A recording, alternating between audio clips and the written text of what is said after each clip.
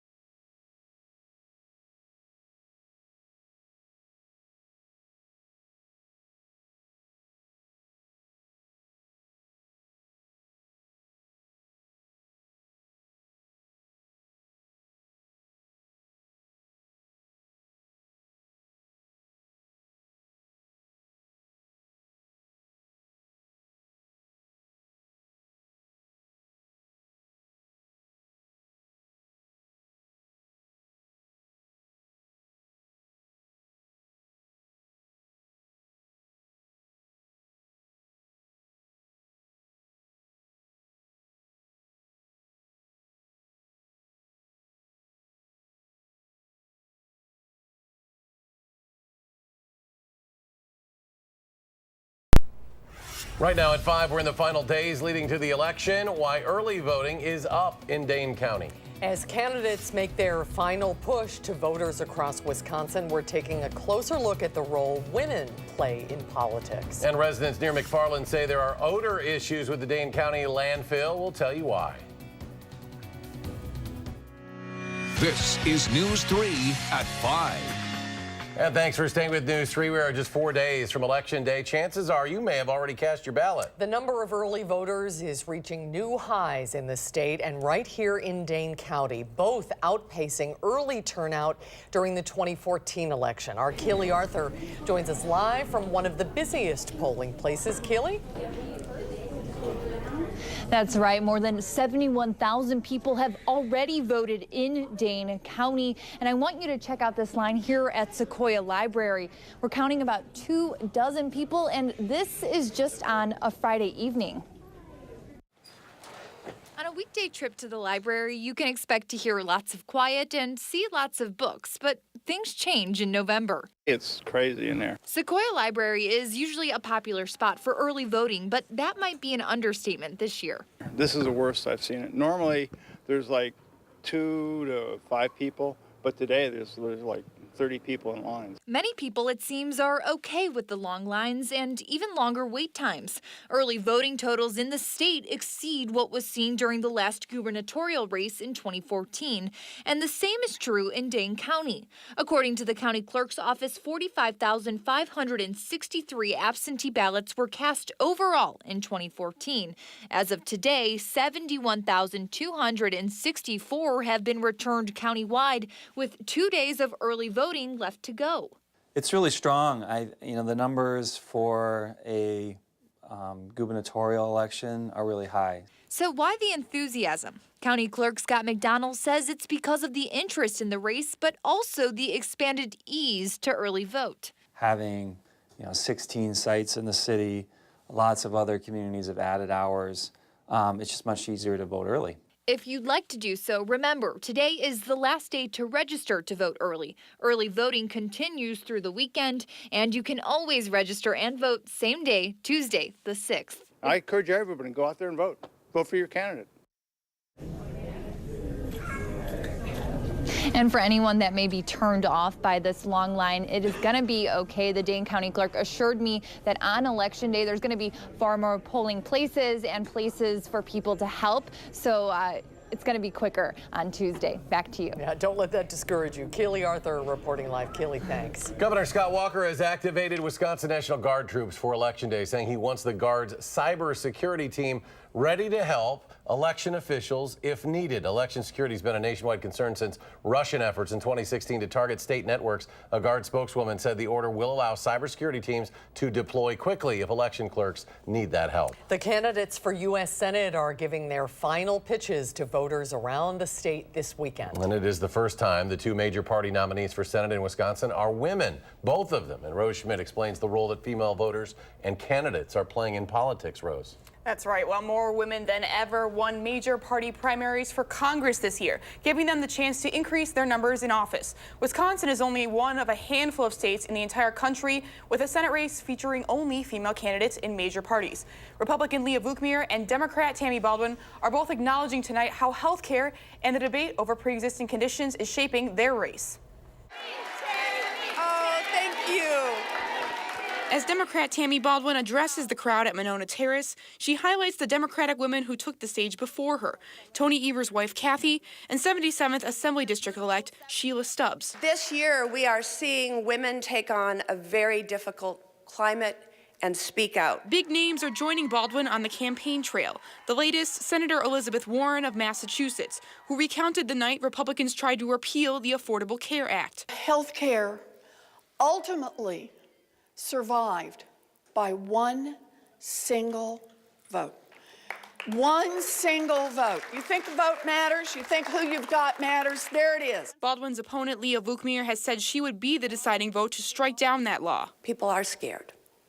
It is very much under threat. 45 miles away, Vukmir scoffs at Baldwin for needing to bring the former president, vice president, and now Warren on the campaign trail. I say bring it. She's bringing people who are extreme. They represent the extreme of the party. A party Vukmir is criticizing for making people in Wisconsin question their health care coverage. Every Democrat who's running across this country is saying that we Republicans don't want you to have coverage for pre-existing conditions. It is the biggest lie of this campaign cycle. Recent polls show Baldwin leading Vukmir in the double digits among female voters, but Vukmir is striving on. You know, I'm not putting a lot into that Marquette poll. It didn't predict that President Trump would win. I think in the final poll he was down by 7 or 8 points. And despite the numbers, the two female candidates are recognizing what is at stake and urging voters to understand as well. And both candidates will travel around the state this weekend, with Vukmir making stops in Rhinelander and Milwaukee. Baldwin is also set to stop there, as well as 6 more of some of the largest cities in our state. Yeah, the weekend, no time for rest as we get into these final days. Rose Schmidt reporting. Rose, thank you. Thank you, Rose. Even though today was the last day you can register in person before the midterm, you can still register at the polls, as Keely Arthur was saying, on Election Day. When registering, you need to provide a photo ID and proof of residence. A valid driver's license or state ID card will work for both. If you're experiencing homelessness and don't have a proof of residence, you can list a shelter as your address. If you're unsure about your registration status or required documents, you can check that at myvote.wi.gov. And we also have information posted on our website, channel3000.com. All right, with the weekend here, let's get a look at your first alert weather. Chief Meteorologist Gary Canalti joining us in the Weather Center. Gary? Things are pretty quiet out there today, Eric. Skies have been variably cloudy. We've seen some sunshine, we've had some clouds, but as we take a look at the weather track across the Wisconsin, you can see there's some areas that are getting some sunshine and some areas that have cloud cover. This morning, temperatures dropped into the upper 20s here in Madison. To our south and west and south and east, temperatures stayed in the lower 30s, but to the north of town, temperatures are generally in the middle 20s. High temperatures so far today in the mid to upper 40s. A few places have been around 50, especially over southwestern Wisconsin. Current temperatures now are in the middle to upper 40s across much of the southern part of the state. By tomorrow morning, look for temperatures to drop into the middle 30s, so not quite as cold.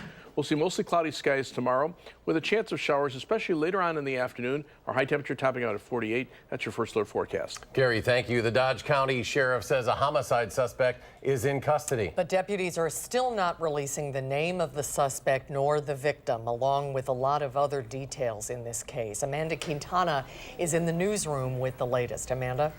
Yes, well, here's what we know. Deputies were called to a home in the town of Lebanon on Wednesday night to investigate a death. They found a body on that property there. Today, the sheriff's office is saying they do have a suspect. The person was arrested sometime late on Wednesday night or Thursday morning, but they are in custody on charges unrelated to this death.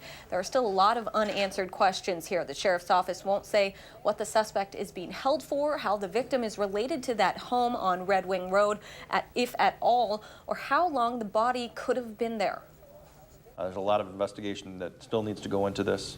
A lot of intelligence we need to gather, and releasing some of that information too soon could compromise that investigation. So I'm going to withhold where on the property that body was located. Sheriff Schmidt did say the victim is a male, but would not say if he is an adult or not. We do expect to learn more details about the cause of death and who the victim is after an autopsy. Amanda Quintana in the newsroom. Thank you, Amanda. Police detained a 13-year-old boy at a McFarland school for bringing an airsoft BB gun to school. A letter sent to parents from the superintendent said police were called to Indian Mounds Middle School after staff was informed that a student was in possession of a weapon. The school then contacted the McFarland PD. Officers at the scene arrested the boy after they found the unloaded airsoft BB gun in his locker. Police say the student could face charges for disorderly conduct while armed and possession of a dangerous weapon on school property. The boy was taken to the Juvenile Reception Center. Police are investigating after a Madison teen reported that the rear window of his pickup truck was shot out while he was driving this morning. The 18-year-old man was driving near South Thompson Drive with a 17-year-old passenger when the shooting happened.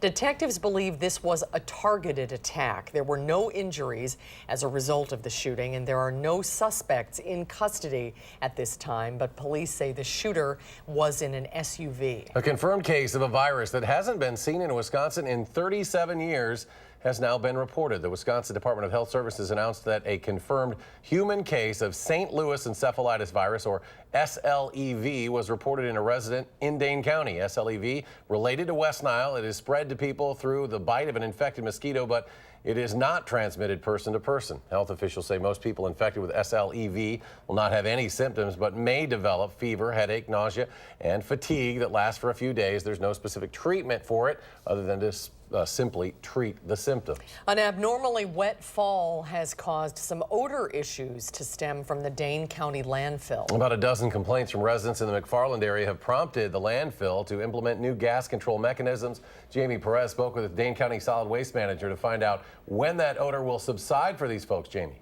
Right, well, even today, you can still smell its potency in the air. It's along Highway 12 and 18. It's about a mile or two down from where the landfill actually is. To give you an idea, it smells like a combination of gas and rotten eggs. Now, that's the smell that was really bothering some residents when they walked outside of their homes in McFarland. So what's causing that smell all of a sudden? As you said, a rainy fall season. The trash is all buried under soil and has no access to the air, but the rainy season kick-started a gas formation process that's being released into the air. After receiving complaints, they immediately started working on the issue, taking all precautionary measures for short-term fixes, and they say that they're going to drill gas wells to capture more of the smell as soon as they can. Right now, customer and neighbor complaints are taken seriously. But if people do continue to experience odors, they should call me directly. And whether it's 9 o'clock at night or 3 in the morning, we'll come out, we'll respond to that and work on it right away.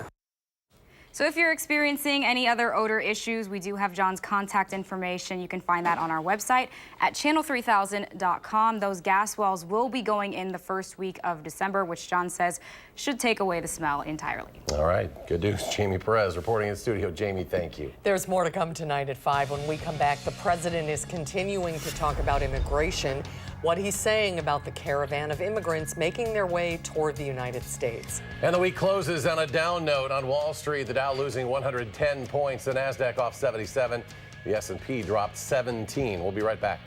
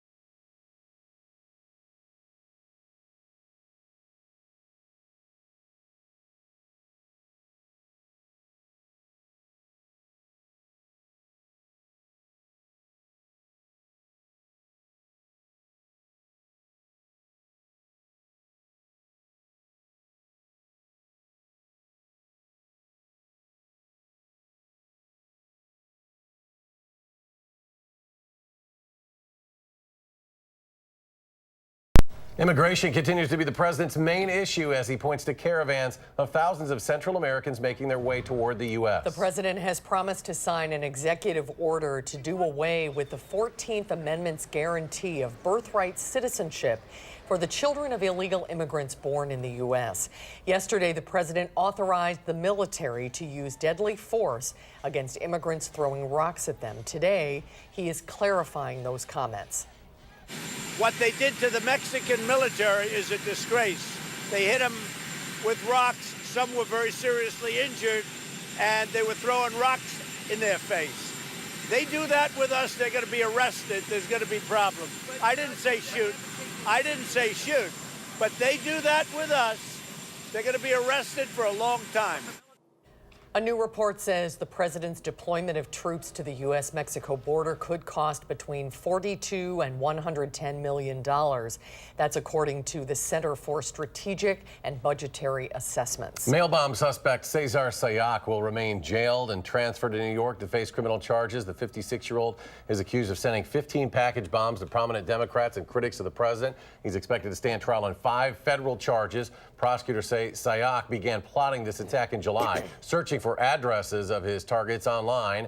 Among his alleged targets were former President Obama, along with Hillary Clinton. Investigators say he had a list of more than 100 people to whom he intended to send those packages. If convicted, he could be sentenced to a maximum of nearly 50 years in prison. New research from the American Academy of Pediatrics suggests strong state gun laws are helping keep kids safe. A study examined the number of children injured or killed by firearms nationwide and found states with the most lenient gun regulations had twice as many pediatric firearm deaths as states with the strictest gun laws. Researchers found more than half of the children surveyed, 59%, could not tell the two apart when shown side-by-side photos of a real and fake firearm. So that means that if they were to find a gun randomly, they're not going to know if that's a toy or a real gun without touching it. And that's the last thing we want a child to do. The study also found states with child access prevention laws like lock and storage requirements had 4 times fewer firearm suicides among children. All right, well, the weekend is upon us. The Badgers back home at Camp Randall take on Rutgers tomorrow, 11 a.m. kickoff, and Gary joins us with an outlook for the weekend. Gary? Well, it'll be very much like football weather. The temperatures will be in the 40s, and we'll see gray skies, maybe even a couple of sprinkles of rain toward the end of the game. Let's start out by taking a look at that Badger forecast. Of course, kickoff is 11 a.m. at Camp Randall Stadium. I think much of the game will just be mostly cloudy with temperatures climbing from the mid-40s at kickoff to about 48 degrees by the end of the game. However, the shower chances will go up as the game goes on. So I think the later you're at Camp Randall Stadium, the better the chances there are for rain, although it is entirely possible that much, if not most of the game could come through dry. As we take a look at an alert day that we have in the forecast, that is for Election Day Tuesday, and that is for a breezy and chilly day with high temperatures only in the middle 40s and a pretty good chance of rain. So take that into account if you're heading to the polls on Tuesday. Visible cloud track shows areas of clouds and areas of some sunshine across southern Wisconsin. Doppler track right now, pretty quiet right now statewide. There are some sprinkles in Minnesota and Iowa. Live view from the Queen Bee Radio Skycam in Platteville showing some sunshine out to the west, whereas the WISC Skycam is showing mostly cloudy skies, and that also looking out toward the west. Looking at the Edgewater Skycam in downtown Madison, skies are mostly cloudy there. As we check out the almanac for today, our high temperature in Madison topping out at 47 so far. Low temperature this morning, a little chilly at 28. It's a little bit below the normals of 52 and 34. Right now we're at 45. Skies are mostly cloudy. Winds out of the north-northwest at 3 miles per hour. Temperatures are mainly in the 40s across the state. Rhinelanders are already dropped to 39 degrees. The 50s are pretty much to our south across Illinois and Iowa. Winds generally pretty light. They're out of the north where they are occurring. But as we look at weather track, the upper level winds continue out of the north, and that's what's bringing down the colder air. Last couple of days, our temperatures have gone down a notch each day as the colder air starts to pump into the northern portion of the United States. Now, the next weather system coming in from the northwest isn't going to have a lot of moisture initially, but it will tap into some moisture from the south and bring a pretty widespread area of rain as we head into tomorrow night and Sunday. So on weather track right now, you can see some showers to our south, a few showers out to the west in Montana. That's where that next weather weather system is, and it'll actually combine with that low pressure system in Iowa that head toward the northeast. Temperatures are pretty uniform, 40s and 50s across much of the Midwest. Compared to 24 hours ago, though, down a little bit, at least in our part of the Midwest. So our forecast for tonight, variable cloudiness, not as cold. Low temperature dropping to the middle 30s tonight, 34 for the overnight low in Madison. 48 for the high tomorrow with mostly cloudy skies. Scattered showers to start to develop in the afternoon. On future track, things pretty quiet for tonight. Some breaks in the clouds from time to time. But by tomorrow morning, the clouds will start winding out, and you can see those showers starting to develop in the afternoon. But watch what happens tomorrow night. The rain becomes much more widespread and steady across much of southern Wisconsin, and that could linger into much of the day on Sunday as low pressure passes by. High temperatures on Sunday will top out in the lower 50s. As far as rainfall amounts are concerned, probably looking at about an inch of rain through late Sunday night. Most of the rain should be over with by Sunday evening, but another round of rain is expected from late Monday or Monday evening into Election Day Tuesday. That's why we have that alert day for Tuesday. And then windy and colder weather on Wednesday with a high of only 41. And after that, temperatures stay in the 30s from Thursday through next weekend. Nighttime low temperatures will drop into the middle 20s. As we take a look at first alert traffic on this Friday, actually not too bad for a Friday. That's the live view from the DOT camera at Rimrock Road. And traffic moving pretty steadily in both directions. There were a couple of delays around Rimrock Road earlier. Those have since opened up. Just a few slowdowns near Monona Drive and also Fish Hatchery Road to Park Street on the westbound Beltline. But right now, 15 minutes on the eastbound drive from University Avenue to the interstate, 17 minutes going back in the westbound direction. Heading out of Madison, down toward the south toward Janesville, on I-3990, about a half-hour trip. It's about 20 minutes to Sauk Prairie on US 12 and to Sun Prairie, about 18 to 19 minutes on US 151. That's your first alert traffic. All right, thanks, Gary. Thanks, Gary. Ahead at 5, if you suffer from migraines, there's a new way to get relief more quickly. We'll tell you how it works when we come back.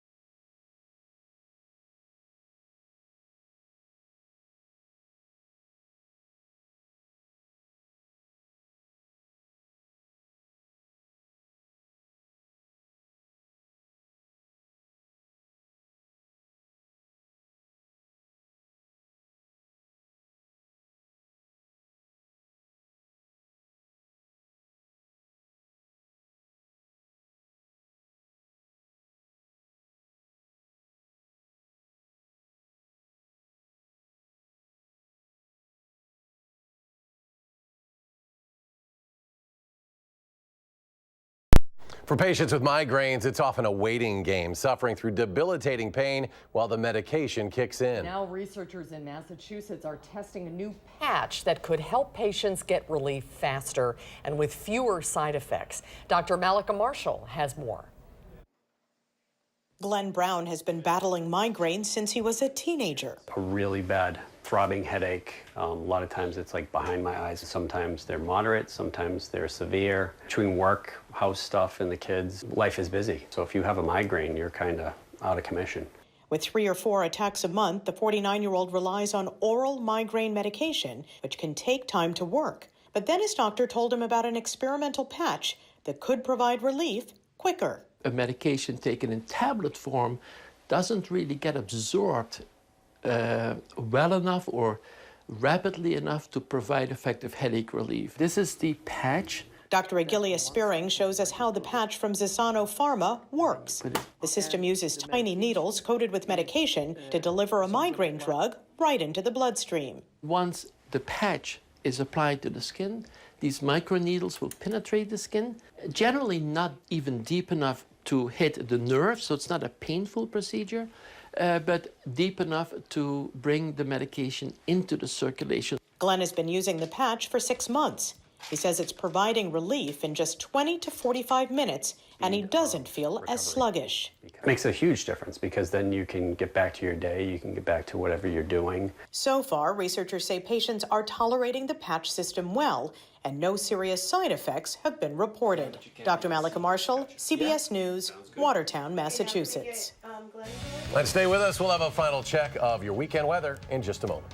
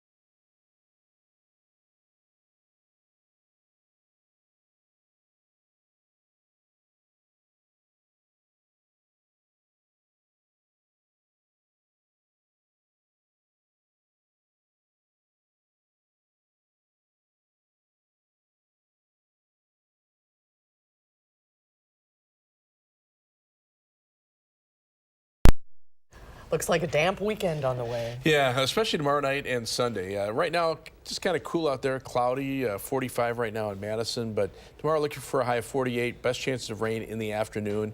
Rain on Sunday, high 52, kind of windy as well. Then the rain ends Sunday night, comes back late Monday afternoon. Election Day Tuesday will be rainy as well with a high of 46. That's why I have an alert day there. Look at those temperatures at the end of next week. Woohoo! Yeah, that's nice. We're back in 30 minutes for News 3 at 6. The CBS Evening News is next.